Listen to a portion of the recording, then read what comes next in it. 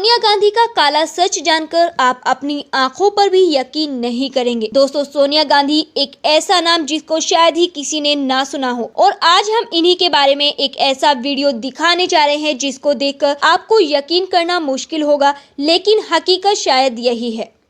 अगर सब कुछ सही था तो उसे झूठ बोलने की जरूरत नहीं थी।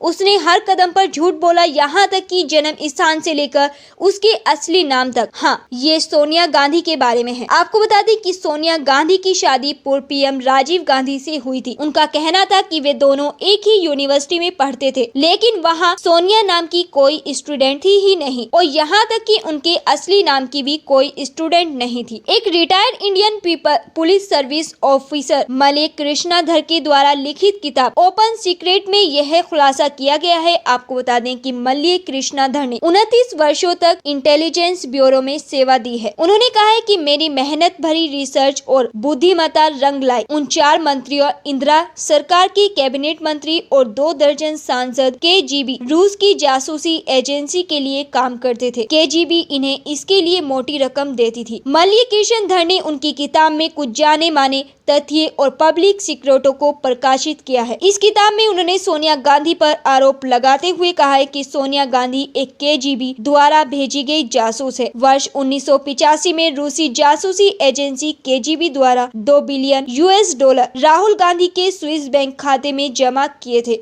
जो कि सोनिया गांधी द्वारा मैनेज किया जाता था। स्विस न्यूज मैगजीन में यह दर्शाया गया था कि केजीबी ने सोनिया गांधी को, जो कि भारतीय राजनेता से विवाहित है, उसे इतनी मोटी रकम क्यों दी गई। अगर सोनिया गांधी भारत की प्रधानमंत्री बन गई होती तो हमारी राष्ट्रीय सुरक्षा सेना, वैज्ञानिकता और टेक्नोलॉजी विकास और हमारी व्यापारिक गतिविधियां रूस, रोम और अन्य मुस्लिम राष्ट्रों के लिए एक तरह से खुली किताब के समान हो जाती। इटालियन माफिया भारतीय इंडस्ट्रीज और व्यापार पर अपना दबदबा कायम कर लेता, जिसका परिणाम बहुत ही खतरनाक होता। कृष्णधर द्वारा जुटाए गए कुछ सबूत सोनिया गांधी को रशियन एजेंट साबित करते हैं। जवाहरलाल नेहरू के समय इंदिरा गांधी को भी केजीबी के द्वारा मोटी रकम मिलती थी। इसके बाद इंदिरा गांधी के चहेते राजीव और सोनिया को पाकिस्तानी बैंकर के द्वारा रकम दी जाती थी। बैंकर आदा हसन अब्दी, जो कि bank of credit and commerce में कार्यरत था, यह बैंक अबू धाबी के शेख जयद के अवैध धन की वैध करता था। तत्कालीन प्रधानमंत्री लाल बहादुर शास्त्री की रहस्यमय मृत्यु रूस पर उंगली उठाती है। 1965 भारत पाकिस्तान युद्ध के बाद शास्त्री जी पाकिस्तान के राष्ट्रपति अयूब खान से ताशकंद में मुलाकात की और 9 वार समझौते पर हस्ताक्षर किए, जिसमें